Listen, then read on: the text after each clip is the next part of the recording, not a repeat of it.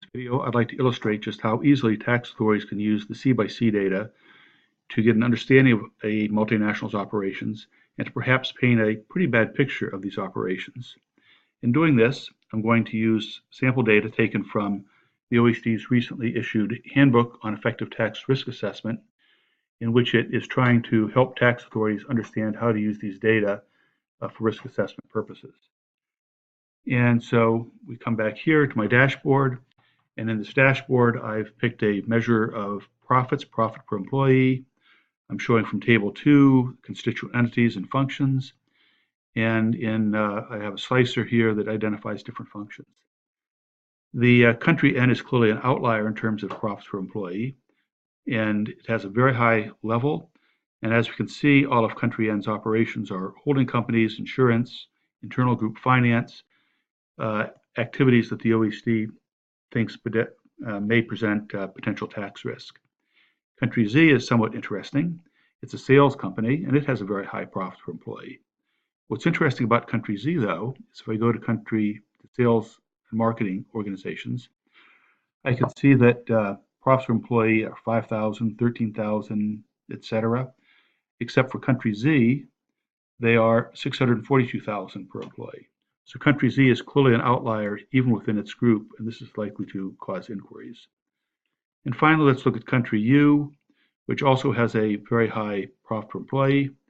And if I get rid of the slicer there, we see that Country U has a procurement company. What I'd like to do now is change the picture that I have here from a bar chart to a bubble chart. And at first, this doesn't look very interesting. But what it does allow me to do is bring in some other information that we can then use to get a better understanding of things. And here I brought in information on related party revenue or related party sales as percent of total revenue. And as you can see, there's an outlier here, Country N, which not only has high profits per employee, but also a high proportion of related party revenue. Similarly, Country U has a very high proportion of related party revenue, as does Country Z, which are the three highest. So we have our three outliers, both with respect to how much they depend on intercompany sales, as well as their high profits per employee. We can then bring in a little bit more information, and give me a second here. Brought in information on total profits or losses. And as we can see, the size of the bubbles now shows how much profits there are. Country A is the very largest.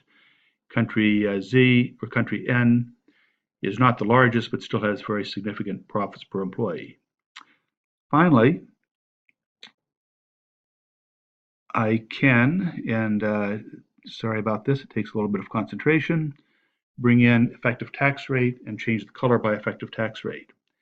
And now we can see green has a high effective tax rate, red a low effective tax rate, and as you can see, Country N now stands out with respect to 4 very problematic issues. It has a very high share of related party revenues, it has a high profits per employee, it has significant profits, and it has a 0 tax rate. And Country Z or Country U, the procurement company, also stands out in this respect. Finally, we can look to see what countries might be interested in some of these activities or some of these problematic countries. For example, the procurement company sells to manufacturing operations. So we go here and we can look at manufacturing companies. We can sort them from largest to smallest. And as you can see, the largest manufacturing countries have very high tax rates and are therefore countries which are likely to be very interested in this. Hope this has been interesting to you, and I would like to thank you.